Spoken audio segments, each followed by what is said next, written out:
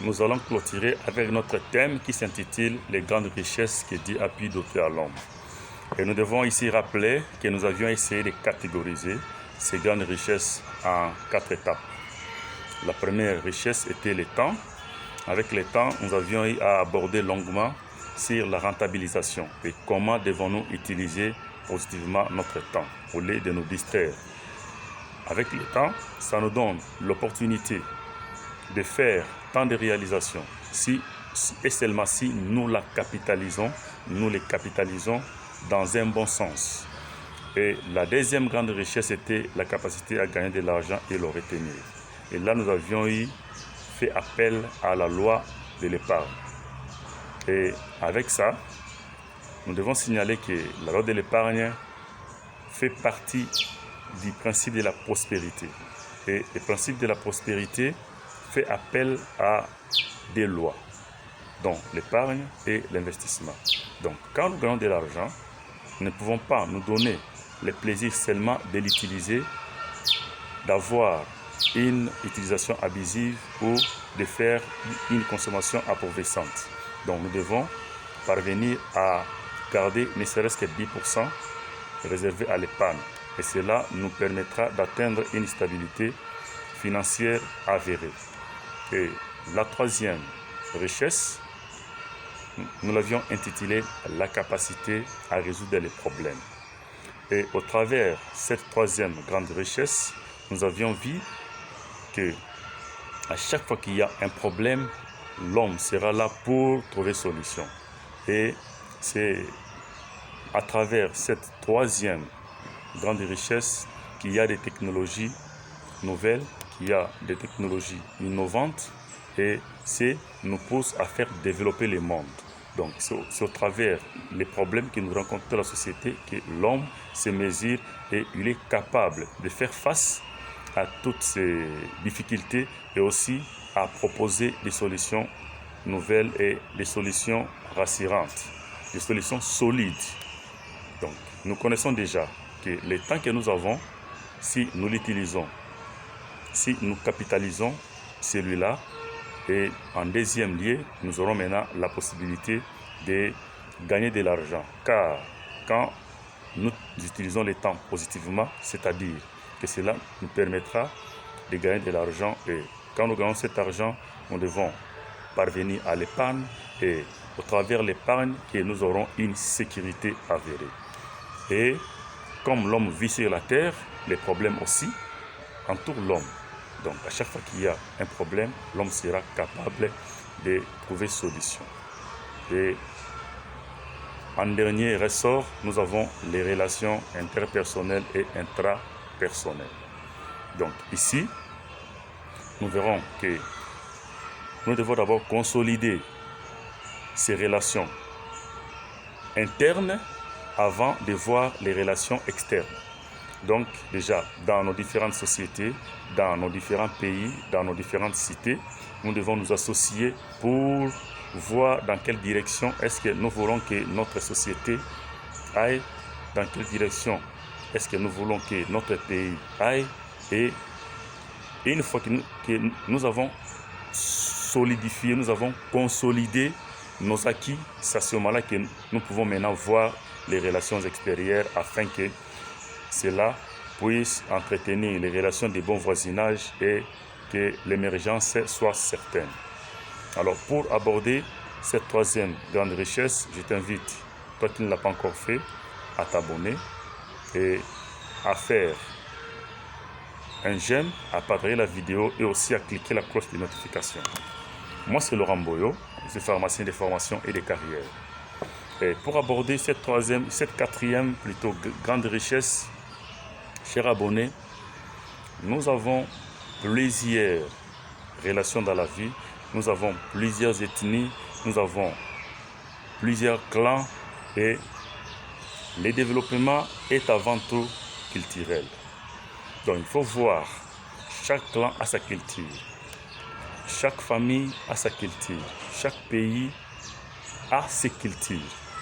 Et c'est au travers des différentes cultures que les États s'accordent pour mettre une approche qui va faire rencontrer les différentes attentes de ces différentes cultures, de ces différents clans, de ces différentes ethnies et de ces différentes tribus.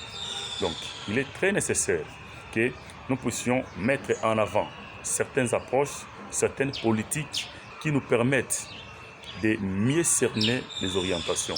Et nous verrons par exemple qu'ici en Afrique, chaque tribu a ses cultures, chaque ethnie a ses cultures. Et au sein même d'une tribu, il y a plusieurs villages. Et chaque village a sa manière de concevoir les choses. Chaque village a ses principes à lui. Donc, au travers des villages, il doit y avoir toujours des leaders d'opinion. Il doit y avoir toujours certains mentors qui donnent des orientations. C'est ce qui fait que dans chaque tribu ou dans chaque territoire, dans chaque province, il y a des territoires. Et chaque territoire a des groupements. Donc, il doit y avoir une politique interne qui permet à ce que tous les groupements qui constituent un territoire puissent avoir une politique, puissent se mettre ensemble pour voir comment est-ce que les groupements doivent avancer et faire remonter les clauses ou les orientations qui sont prises au niveau des groupements, les remonter au niveau des territoires. Et les territoires, à leur niveau, doivent aussi remonter les orientations au niveau des provinces. Et les provinces, à leur niveau, doivent maintenant remonter les orientations au niveau des représentations nationales. Et c'est ce qui va constituer un État. Donc, si déjà il y a une politique de bonne marche qui est mise sur place, et cela permettra à ce que les groupements puissent très bien œuvrer et les territoires, et cela va maintenant se répercuter au niveau des provinces, et les provinces vont reporter ou ramener toutes les orientations qui sont prises au niveau national. C'est pourquoi nous voyons qu'il y a des députés nationaux et des députés provinciaux, dont les rôles sont de récolter les différentes difficultés ou les différents problèmes qui posent leurs bases. Or, les bases constituent ce que je viens de dire tantôt. Donc, lorsque les groupements donnent leurs idées au niveau de leurs représentants qui sont des députés provinciaux, et les députés provinciaux doivent maintenant ramener cela au niveau national pour que l'État puisse prendre des décisions adéquates, puisse prendre des mesures adéquates afin que les mesures que les gouvernants prendront puissent être opposables à tous. Voilà une bonne politique qui doit être mise sur pied. Si déjà nous réfléchissons de la manière, et au niveau interne, s'il y a une bonne cohésion, et cela va maintenant s'étendre au niveau externe. Et déjà, l'extérieur ne peut que s'associer ou avoir des accords avec l'interne. Et cela permettra à ce que les développements soient certains, le développement soit efficace. C'est ce qui fait qu'il y a des organisations internationales, des organisations nationales. Donc tout cela, c'est pour avoir une bonne convergence des idées. Et cela permettra à ce qu'il y ait consolidation des acquis, consolidation des différentes réflexions, afin que l'autorité attitrée puisse prendre en compte lors de la prise de décision pour faire émerger une nation.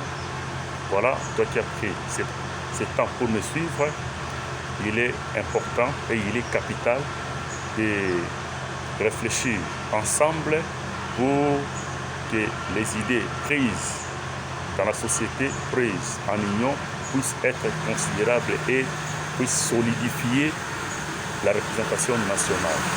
Donc, c'est capital et il est très important que lorsque nous faisons les choses, nous devons les faire en équipe.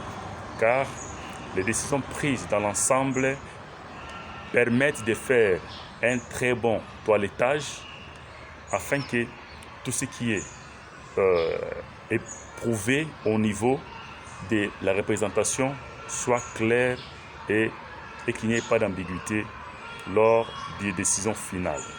Chers abonnés, je te remercie beaucoup.